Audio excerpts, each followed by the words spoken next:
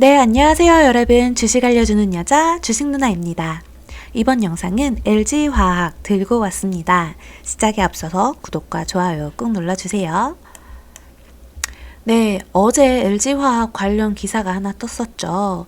배터리 사업을 분사하겠다. 인적 분할이 아니라 물적 분할을 하겠다. 어제 이제 오후쯤이었죠? 장 마감할 때쯤 갑자기 그 기사가 뜸으로써 주가가 완전히 이렇게 세른봉이 나왔습니다. 사실 이때 좀 알고 던지신 분들도 있을 거고 어떡하지 하고 넘어가신 분들도 있을 거라고 생각을 해요. 그리고 오늘 좀 결정이 되는 뉴스가 또 하나 떴었죠. 사실 이전부터 이 LG화학은 인적 분할 혹은 물적 분할 이야기가 나올 거라는 건 어느 정도 이 시장에서 예상해 볼 수는 있었어요. 아마 많은 분들도 그럴 거야 이런 얘기는 다들 들어보셨을 거예요. 기억나는 게 지난달이었나? 그 LG화학이 열심히 막 이렇게 쭉 이렇게 올라올 때 한국경제TV에서 어떤 전문가님이 나오셔가지고 LG화학 인적 분할, 물적 분할 할 시에 기업 가치 평가 및 좋은 점과 안 좋은 점, 안 좋게 작용할 수 있는 점 이런 거를 정리해서 방송해 주시는 걸 봤었는데요. 그때 보면서 이제 LG화학은 정리할 때가 됐구나 라는 생각을 했어요, 사실. 증권 TV에서도 설레발이 정말 무척 심했었거든요. 이때 이렇게 올라올 때 8월 말 이때 막 올라가면서 최고점 찍고 할 때 100만 원 갈 거다 말 거다 이런 이야기가 정말 많았죠. 그리고 개인 투자자분들이 진짜 많이 투자한 종목이기도 하고요.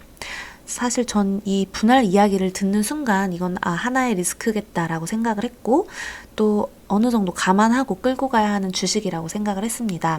왜냐하면 인적 분할하면 주주들에게는 더 없는 호재로 작용할 수 있지만 사실 이 기업 입장에서는 IPO를 위해서 물적 분할을 선택할 확률 또한 높았으니까요. 그렇게 되면은 이렇게 올라온 주가가 좀 떨어질 수도 있다라는 거 다들 아시잖아요. 왜냐면 이때 실적 발표되면서 그 배터리 사업 부분에서 영업이익이 나오면서 이렇게 쭉쭉쭉 올라왔던 거 다들 아시죠? 그렇기 때문에 지금의 이런 캔들이 나올 수밖에 없는 거는 어쩔 수 없는 주주들의 선택이라고 생각을 합니다.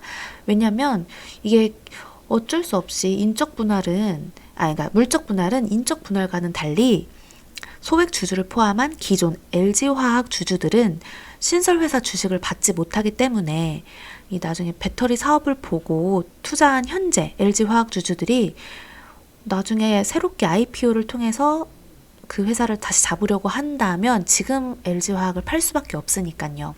그렇기 때문에 지금 이렇게 약간 투매장처럼 나온 것도 있는 거고 주가 하락이 나올 수밖에 없었던 거죠. 이게 참 LG화학 같은 경우는 개인 투자자분들이 삼성전자, SK하이닉스 다음으로 많이 매수한 종목 중 하나인데요. 오늘 이런 하락이 나와서 정말 많이 속상합니다. 그 와중에 증권사 애널리스트들은 장기적으로 보면 이제 이게 긍정적일 수 있다라는 레포트를 내놓고 있더라고요. 그래서 아예 장기로 버텨볼까라고 생각을 하시는 주주님들도 계실 거고 그냥 난 모르겠다 하면서 매도해 버리시는 주주님들도 계실 것 같아요. 사실 주식의 앞날을 누가 알겠습니까?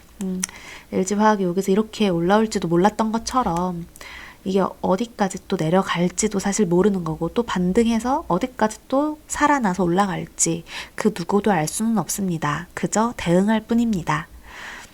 주식 누나 같은 경우는 사실 이 LG화학을 이때 보시면 8월 21일이네요. 이때 머리 다시 들 때 역배열에서 정배열로 올라갈 때 이때 추천을 드렸어요. 그리고 다음날 다다음날 쭉 올라갔었고 이때 사실 못 팔았어요. 그리고 살짝 약간 눌리네. 5일선 11선 깨졌네. 매도 준비해야 되나 하던 거 보면서 결국 9월 2일날 이때 코스피 지수 무너질 때였어요. 이날이네요. 이날 매도를 쳤었습니다. 물론 수익권이긴 했지만 좀 아쉬웠죠. 왜냐면 78만 5천 원까지 올라왔던 종목인데 여기서 77만 원대에 팔았나요? 73만 4천 원. 되게 5만 원이나 낮게 팔았잖아요.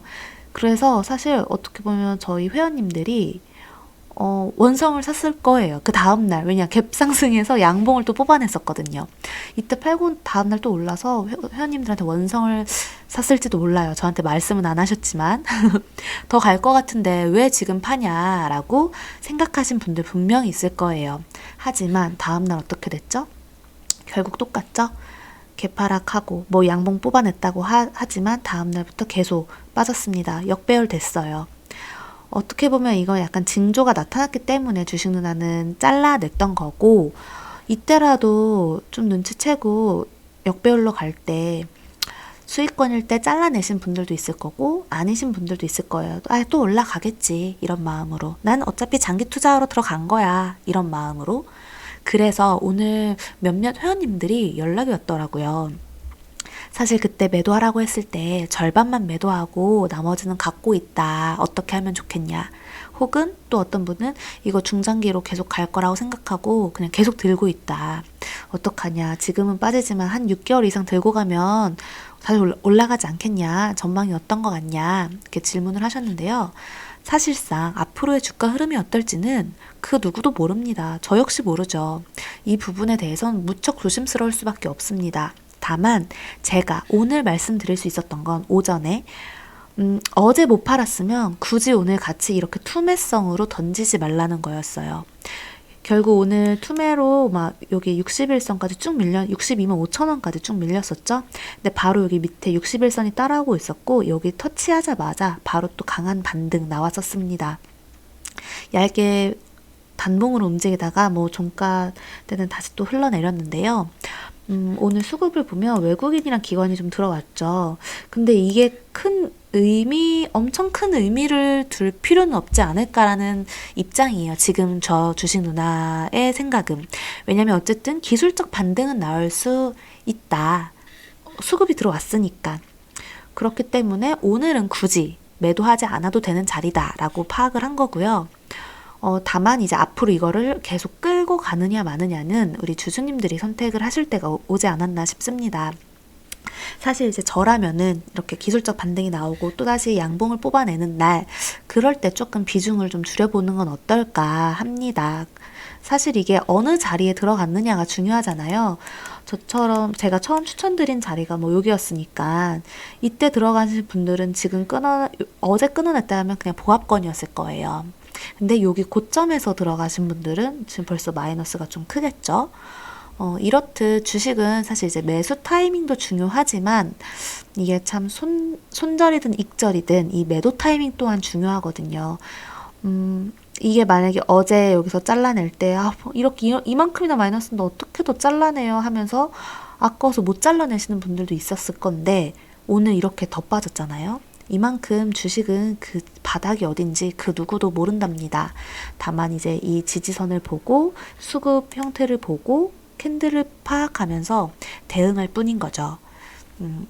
이렇게 주식 누나랑 같이 차근차근 좀 공부해 가시면서 매도 타이밍 조금 도움 받으시면서 리딩 받고 싶으신 분들은 VIP 문의 많이 해주셨으면 좋겠습니다. 그럼 이제 저 주식 누나도 LG화학 계속 눈여겨보면서 우리 주주님들께 도움될 만한 내용 있으면 또 들고 올게요. 그럼 오늘 LG화학 영상은 여기까지 하도록 하겠습니다. 이상 주식 알려주는 여자 주식 누나였습니다. 또 만나요.